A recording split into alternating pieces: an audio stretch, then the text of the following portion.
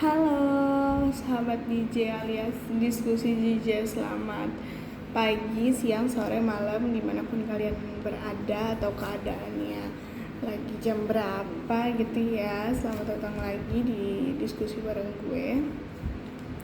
Hari ini diskusinya tentang apa ya guys? Karena kemarin kan tentang kayak pembelajaran apa sih yang gue dapat gitu kan ya.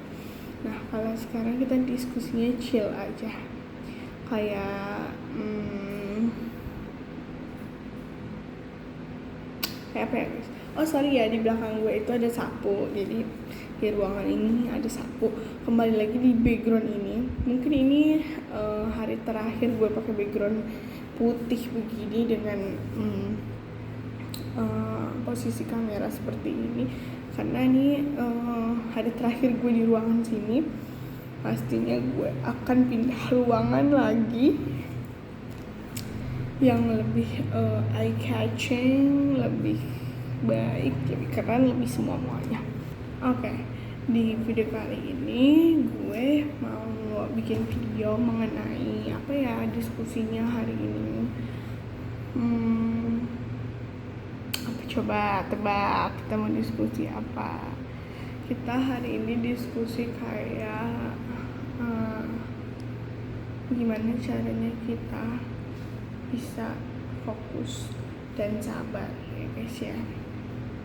Banyak banget teman-teman di luaran sana, termasuk kita pastinya ya, para penonton diskusi jejak alias penonton DJ. Pasti kita selalu kayak setiap ada kejadian yang tidak mengenakan diri kita gitu ya, yang menghantam diri kita sering kali marah pada keadaan tersebut gitu ya. Marah bukan berarti karena kita tidak terima, mungkin ada sisi kita tidak terima, tapi marah lebih kayak ke respons diri kita terhadap hal tersebut gitu. Nah, jadi gimana sih responnya gitu kan? Setiap permasalahan tuh pasti memiliki respon yang berbeda-beda pastinya. Setiap ujian juga memiliki respon yang berbeda-beda, gue pikir gitu kan. Akan tetapi di sini letaknya itu adalah perbedaannya itu ya. Letak responnya ada di seperti apa gitu ya. Setiap personal memiliki respon yang unik-unik gitu terhadap suatu permasalahan. Ada yang responnya marah-marah, ada yang responnya diem, ada yang responnya ya udah weh gitu, ada yang responnya makan seperti saya, ada yang responnya jalan-jalan gitu. Banyak banget respon-respon dari emosi atas ketidakterimaan atau ketidakstabilan emosi gitu ya. Jadi maka dari itu aku di video diskusi kali ini akan berdiskusi gimana sih caranya kita memanage respon terhadap suatu ujian atau suatu permasalahan yang terjadi di kehidupan duniawi ini ya guys ya. Karena masih banyak banget nih teman-teman di luar sana yang belum mengenal dirinya dan nggak tahu gimana caranya respon setiap masalah gitu. Jadi pastinya kita punya respon yang berbeda-beda nih teman-teman, yang udah gue kasih tahu di awal ya, bahwa setiap orang, setiap personality, setiap mentality, setiap pemikiran punya ciri khas yang berbeda-beda. Nah, keberbeda-bedaan itulah yang membuat seringkali ada pergesekan gitu ya. Mungkin gue respon terhadap masalah seperti ini, mungkin lawan gue respon terhadap masalah ini. Jadi itu yang membuat seringkali ada pergesekan.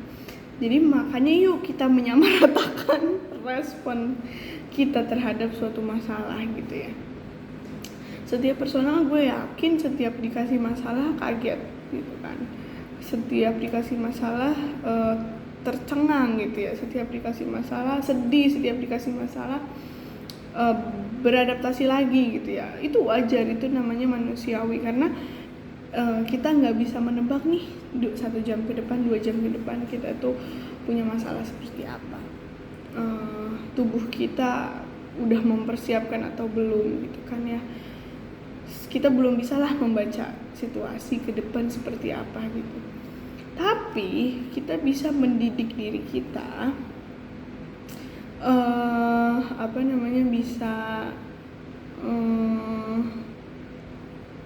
bisa seolah-olah mengajari diri kita, menuntun diri kita untuk mempelajari respon apa sih kak gitu ya, respon apa sih Jah gitu kan, respon terhadap terpaan gitu kan. Jadi pada saat kita diberikan masalah gitu, kaget boleh, kecewa boleh, tapi jangan berlarut pada situasi tersebut. Misalkan contoh kalian dikasih ujian A, jangan terus-terusan mikirin masalahnya. Kenapa ini terjadi?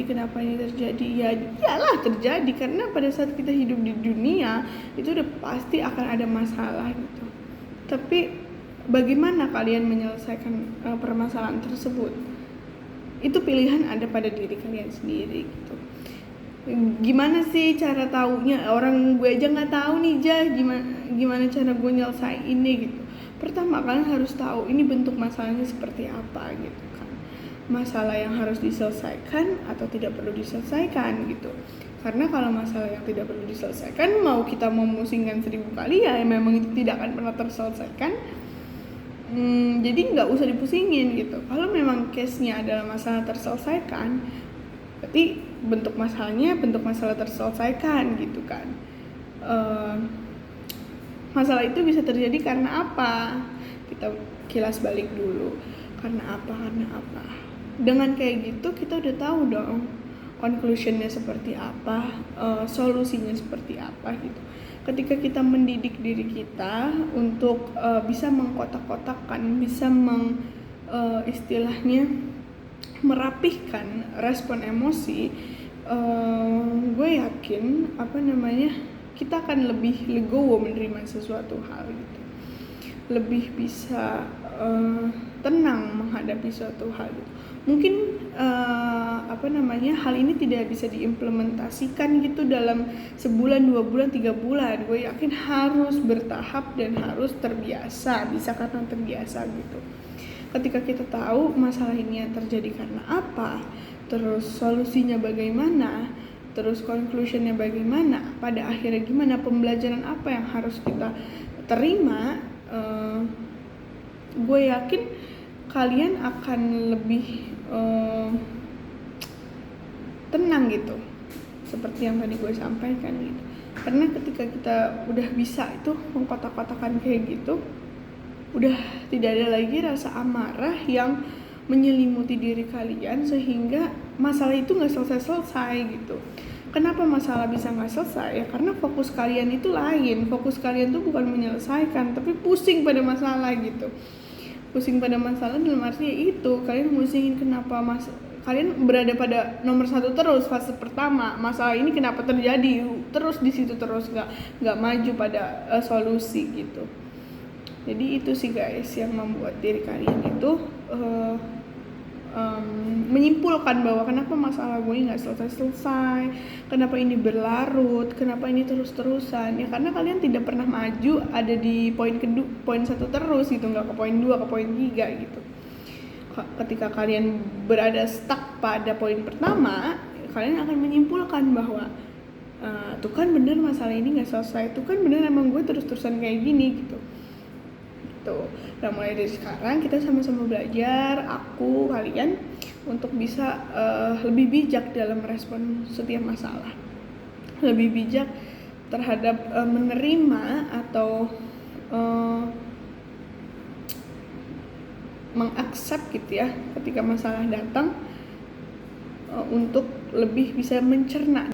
Pasti aku yakin semua orang bisa melakukan hal ini gitu, kayak pada saat masalah datang, oh iya, gue harus memposisikan diri gue ini sebagai apa gitu. Pada masalahnya itu ada di mana nih, misalkan masalahnya di kantor, terus kalian di situ jadi HRD atau jadi bos atau jadi apa gitu ya. Atau kalau kalian di sekolah, kalian jadi guru atau jadi kepala sekolah, kalian harus bisa memposisikan hal tersebut gitu sebagai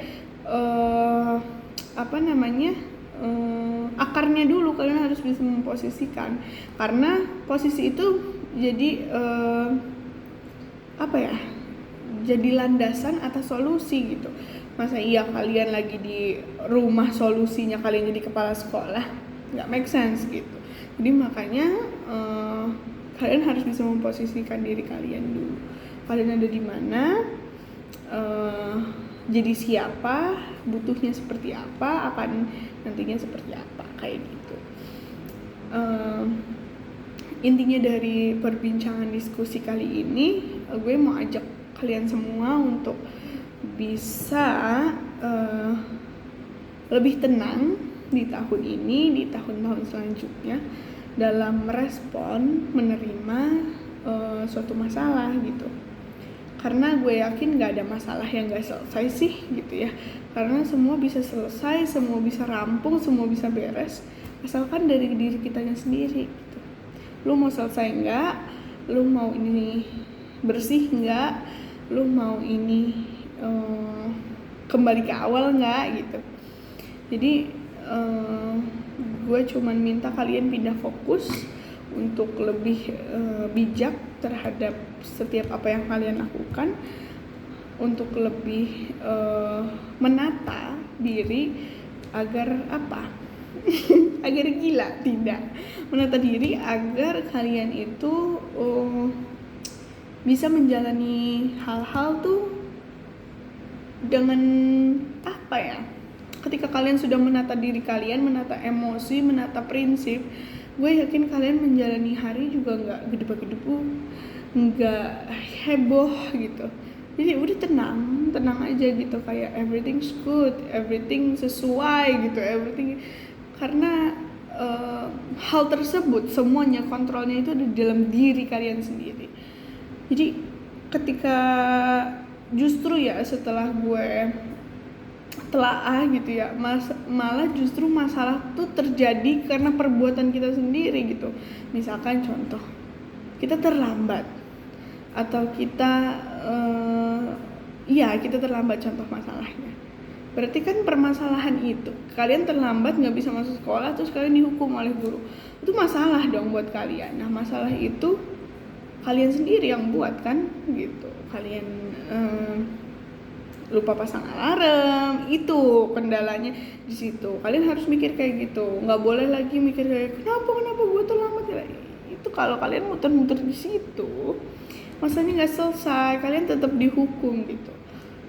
Kalian harus menyadari, oh gue terlambat nih hari ini, mungkin karena gue tidur terlalu malam, kebanyakan scroll TikTok, kebanyakan retweet, terus abis itu gue mandinya kelamaan, skincare-nya kelamaan, siap-siapnya kelamaan, jadinya gue bisa terlambat. Harusnya gue datang jam 7, ini malah gue datangnya jam 8 gitu kan. Kayaknya conclusionnya, solusinya adalah besok gue tidur lebih awal deh. Terus kalau memang gue gak bisa tidur lebih awal, at least gue pasang alarm dan gue siap-siapnya lebih cepat lagi untuk besok gitu, biar gak ada terlambat dan gue gak dihukum.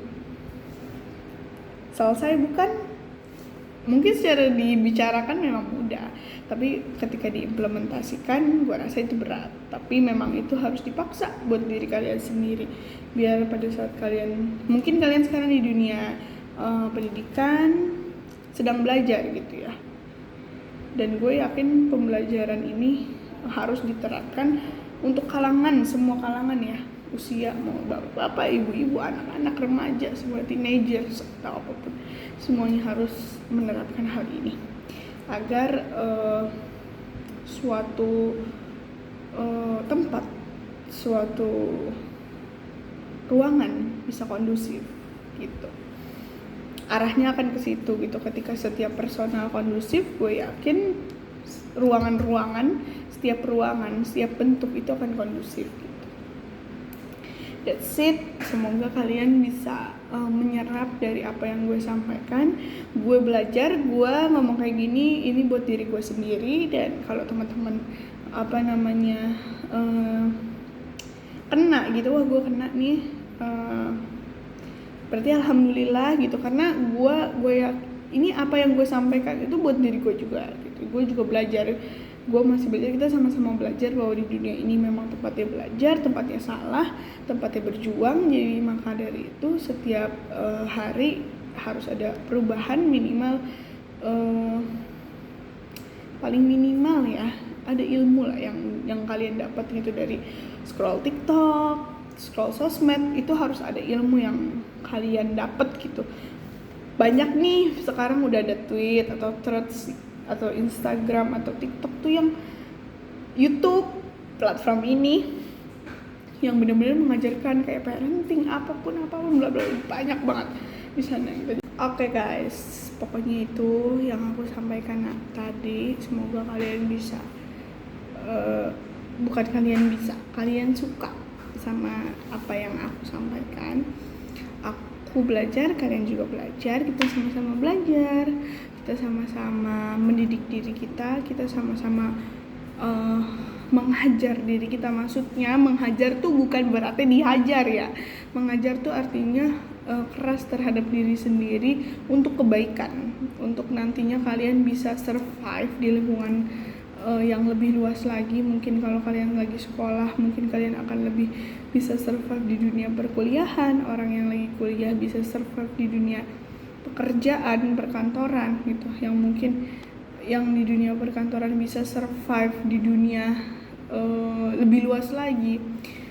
Atau kalian bisa mempersiapkan diri untuk menjadi orang tua, dan yang udah menjadi orang tua bisa dapat belajar dan diimplementasikan ke diri sendiri dan anak-anaknya yang sudah ada gitu ya. Thank you for watching this video. Don't forget to like, comment, subscribe, share ke teman-teman kalian, sosial media kalian. Enjoy the video, enjoy makanan hari ini. Dah.